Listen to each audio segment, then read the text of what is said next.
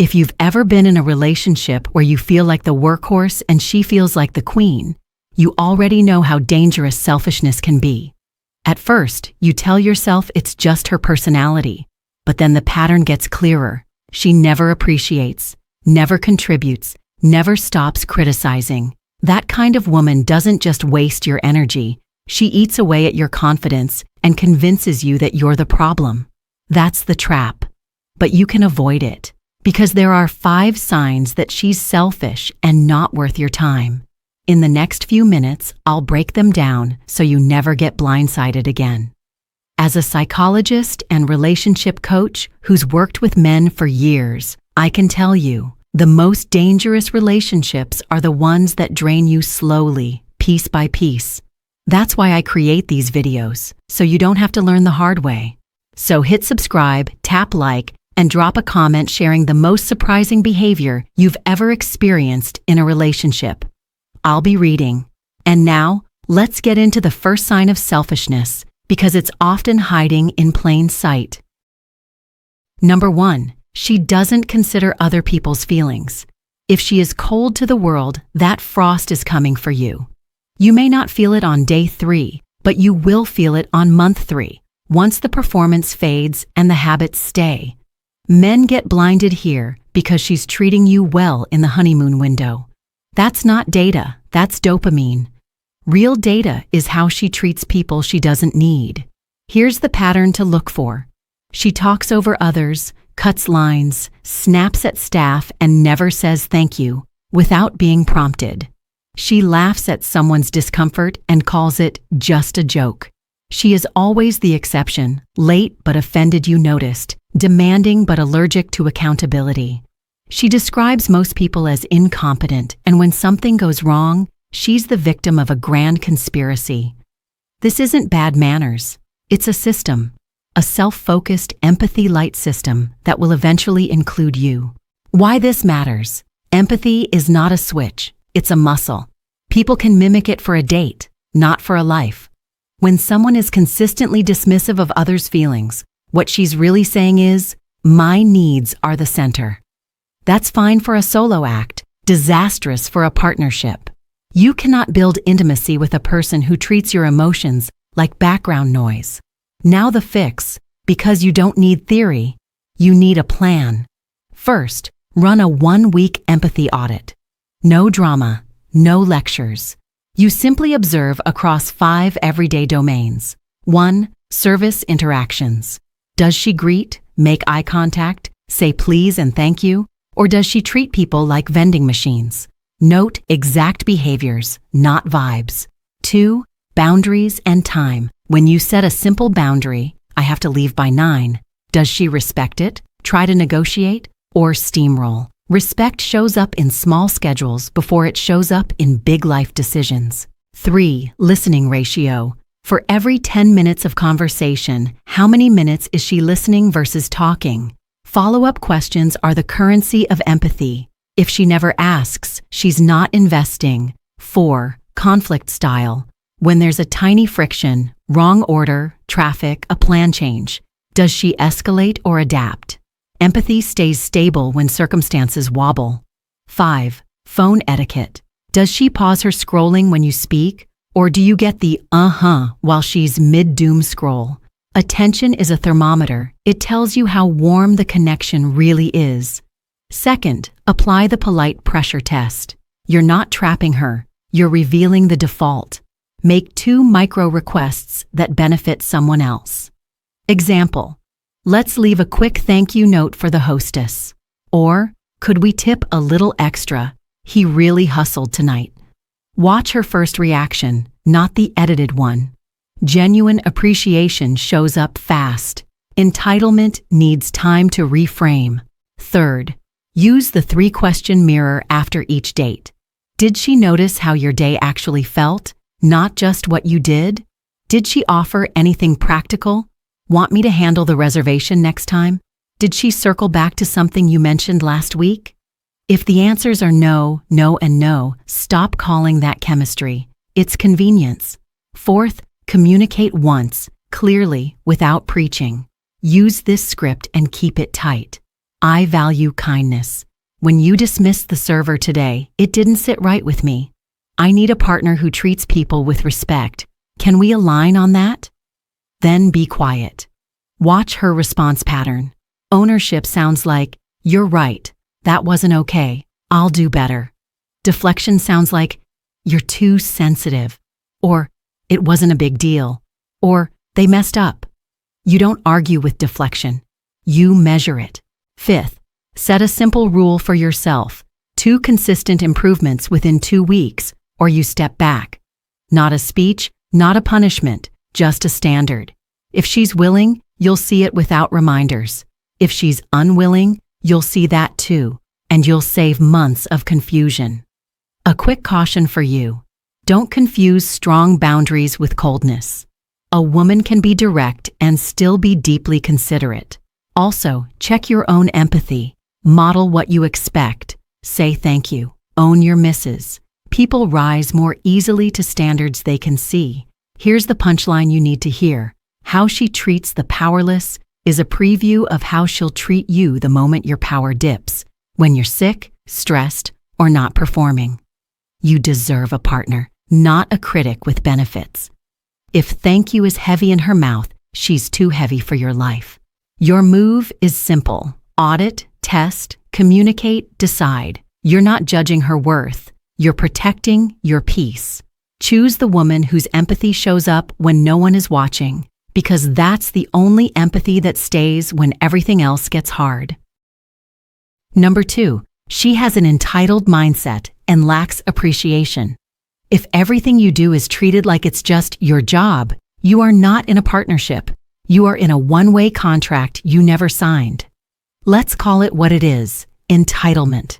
When she sees your effort as automatic, when she treats your kindness as her right, when she believes she's the prize and you're just lucky to orbit her, that's not love. That's self-absorption dressed up as femininity. The signs are subtle at first. You take her out, pay for the meal, and she doesn't even acknowledge it. No thank you, no small gesture in return, just a shrug as if the universe itself arranged the bill to vanish.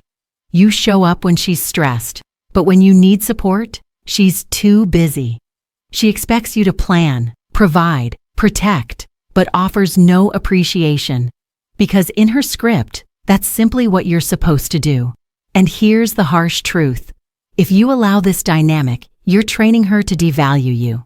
Why does this matter? Because appreciation is oxygen in a relationship.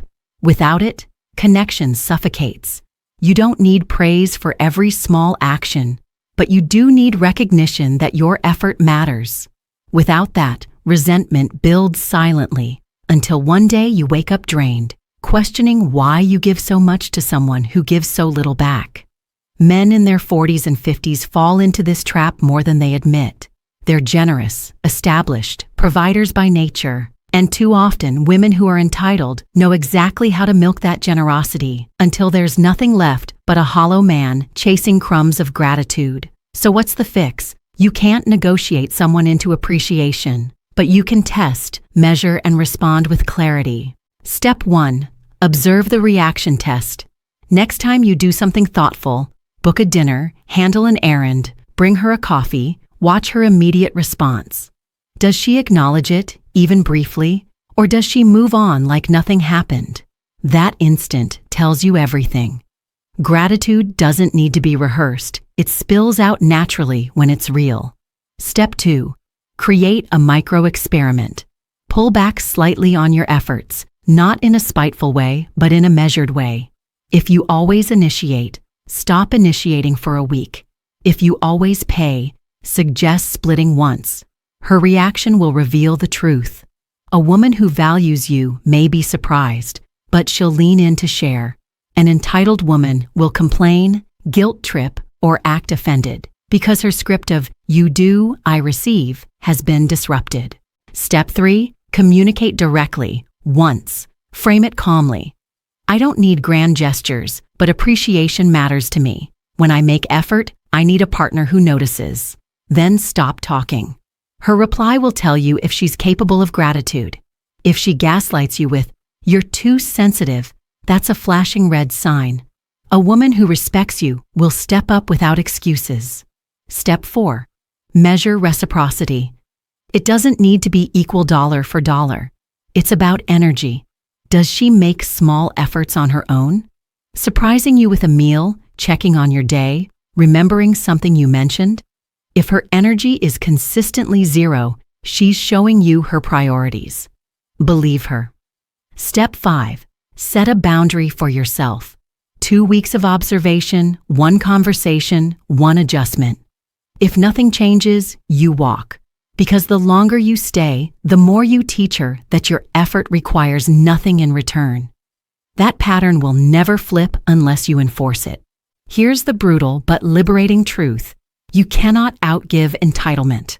The more you pour, the more she believes she deserves the flood. And the more she believes she deserves it, the less she values it. Entitlement eats effort alive. Gratitude multiplies it. You need the latter to build anything worth having.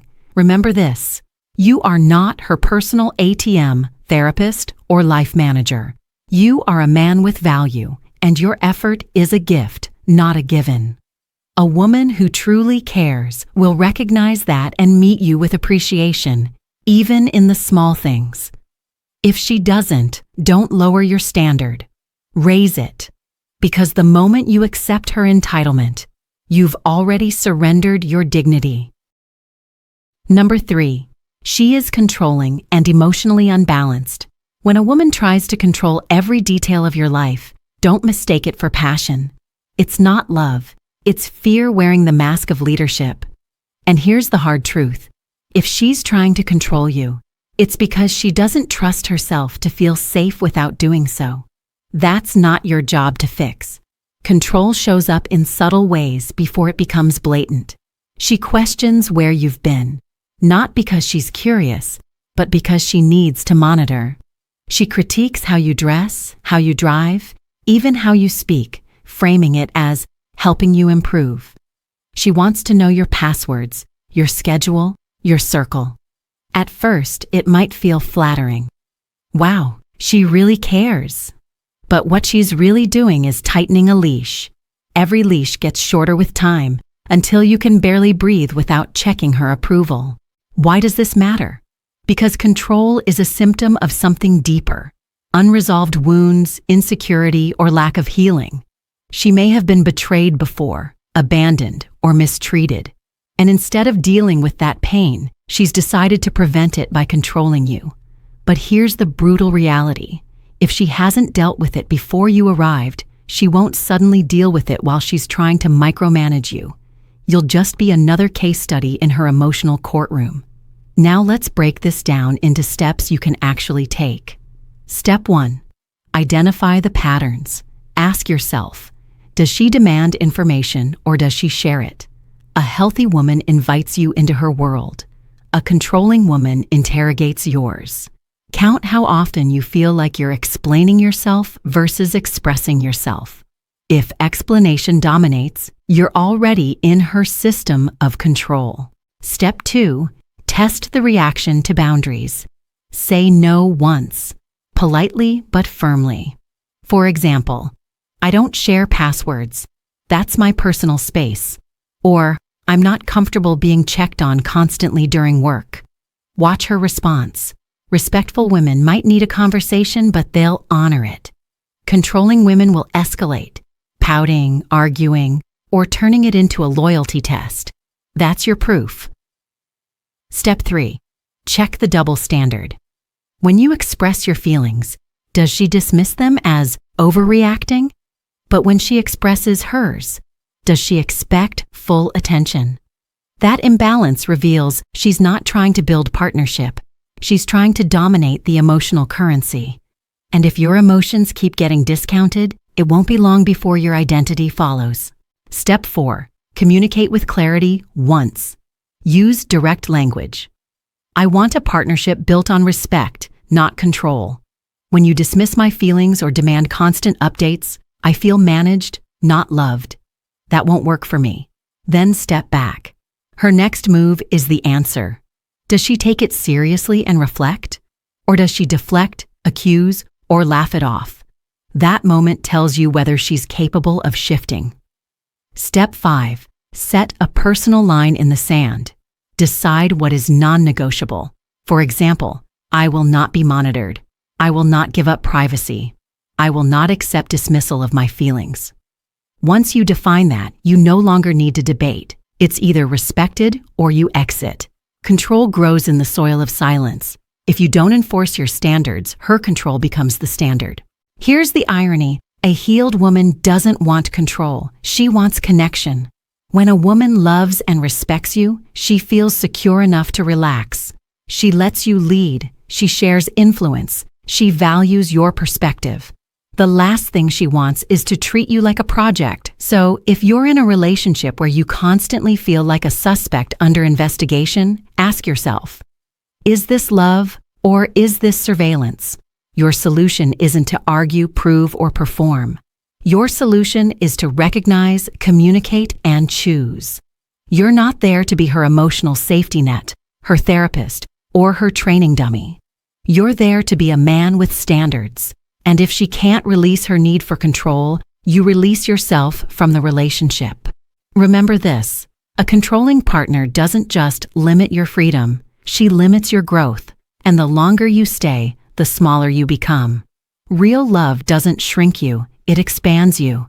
Choose the woman who gives you space to breathe, not the one who clips your wings under the disguise of care. Number 4, she never offers or contributes back. If she never lifts a finger for you, you're not in a relationship. You're running a service, and services burn out because they were never designed to be mutual.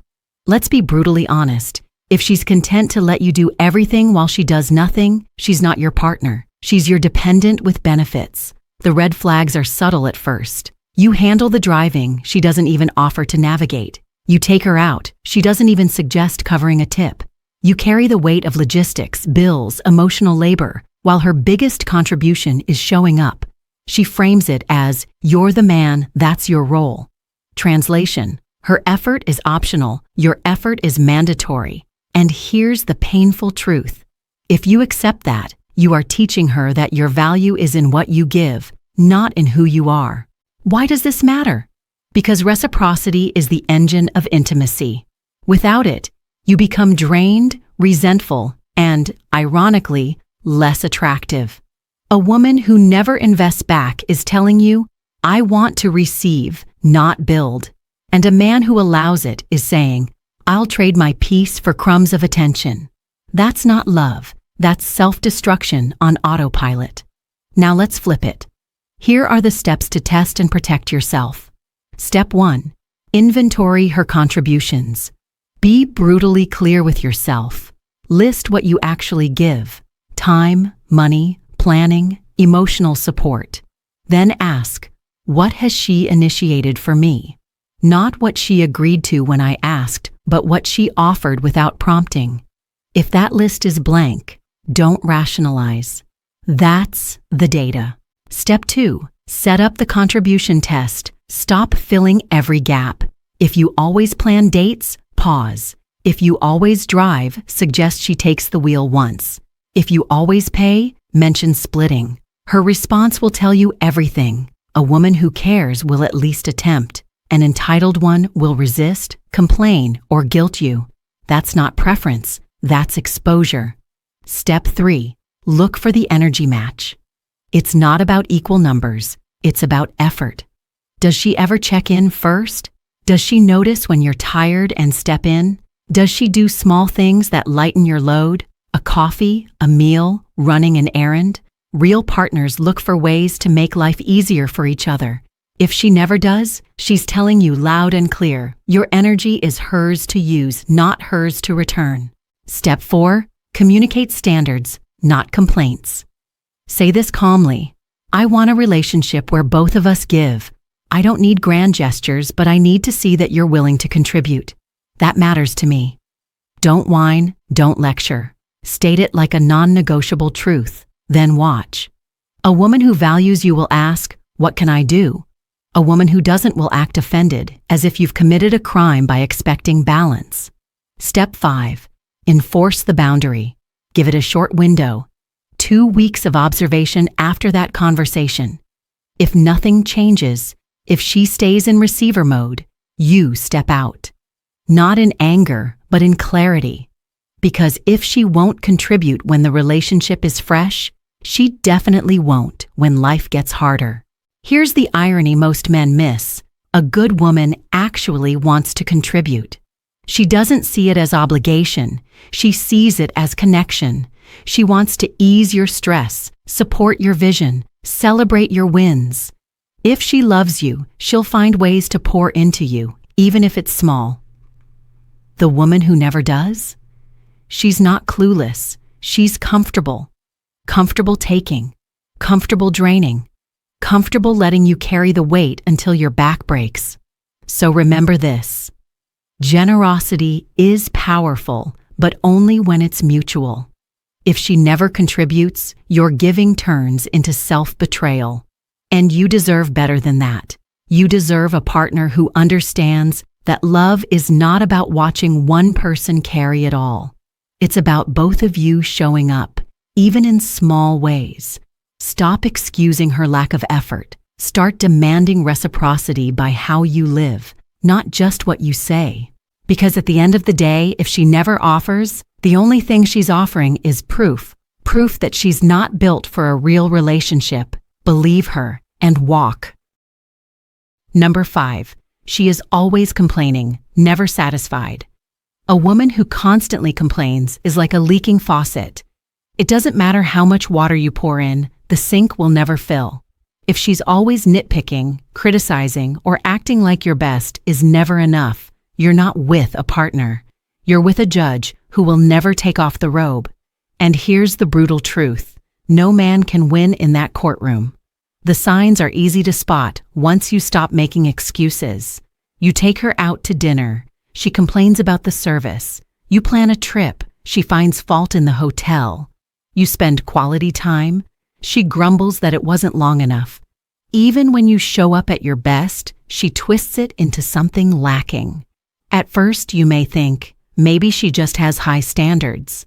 But understand this. A woman who is never satisfied isn't showing you her standards. She's showing you her insecurity.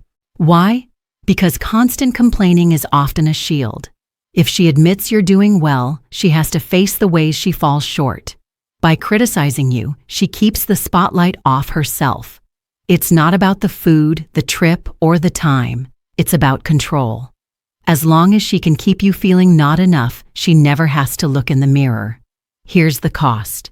Being with a chronic complainer erodes your confidence. You start doubting yourself. You start overperforming, trying harder to finally get it right. But it never comes. That treadmill doesn't stop because it was never built to end. Her complaints are not about your effort. They're about her inability to appreciate. Now, let's move into action steps. Step 1. Separate valid feedback from constant negativity. A healthy partner can say, "Thanks for planning this. Maybe next time we could try something different." That's collaboration. A chronic complainer says, "Why did you even pick this place? It's terrible." That's contempt. Learn the difference. One helps you grow. The other drains you. Step 2. Use the gratitude test. After you've done something for her, notice if gratitude shows up at all. Even a small thank you or smile counts. If every response is critique or silence, that's not a partner seeking better. That's a partner addicted to dissatisfaction. Step 3. Call it out calmly. Try this script. "I notice you often point out what's wrong, but rarely what's right. That makes me feel unappreciated. I need balance." Then pause. Watch her reaction. If she respects you, she'll self-correct. If she dismisses it, "That's just who I am," or "You're too sensitive," that's your answer. She doesn't want to change. Step 4. Measure your reality. Ask yourself, even when I give my best, do I still feel empty around her? If yes, that's not you underperforming. That's her inability to appreciate. Don't confuse her dissatisfaction with your worth. They are not the same thing. Step 5. Decide quickly. Chronic complaining is rarely cured by effort. You can't outgive a woman who is addicted to negativity. Either she does the work to shift or she won't. And you can't sacrifice your peace waiting for someone who refuses to be happy. Here's the truth you need to hear. Being with a woman who is always complaining trains you to believe you'll never be enough. But you are enough.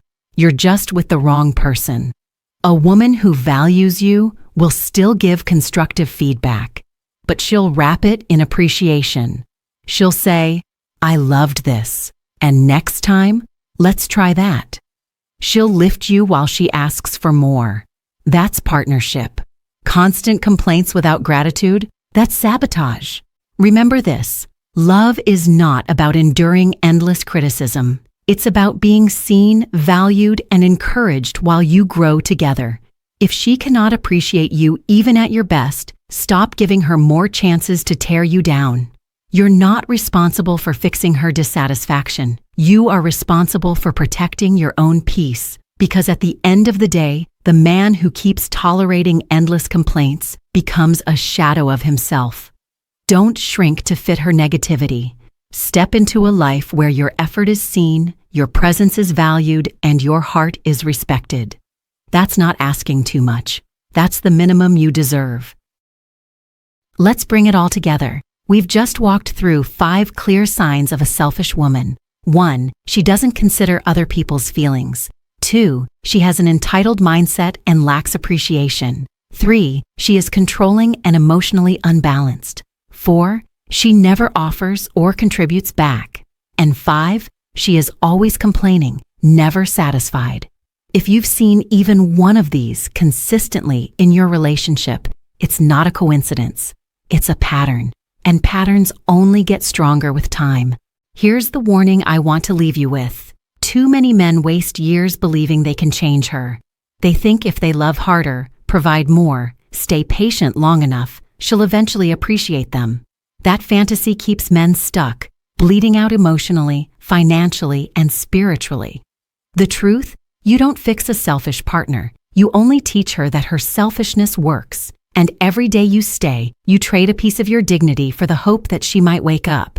That's not love. That's self-betrayal. But here's the inspiration. You don't have to stay in that story. You can choose differently. You can choose to value yourself enough to walk away from anyone who doesn't respect, appreciate, or reciprocate your effort. You can reclaim your energy, rebuild your peace, and open space for a woman who actually sees you. Because real love doesn't drain you. It fuels you. It doesn't belittle you. It builds you. The punchline is this: you will never be enough for the wrong woman, but the right woman will see your effort, your presence, your heart, and she'll meet it with her own. That's the only kind of relationship worth building. And the only way to find it is to stop wasting your years on those who don't deserve you. So if this video hit home, if it opened your eyes to patterns you've been ignoring, do something with it. Don't just nod and go back to the same cycle. Set a standard, protect your peace, walk away from what doesn't serve you so you can finally step into what does. And before you go, make sure you hit subscribe, drop a like, and share this video with another man who needs to hear it. Leave a comment with your own experience. I read them, and trust me, your story could be the wake-up call another man needs. This isn't just content. It's a movement to help men stop being drained by the wrong women and start living with strength, clarity, and self-respect.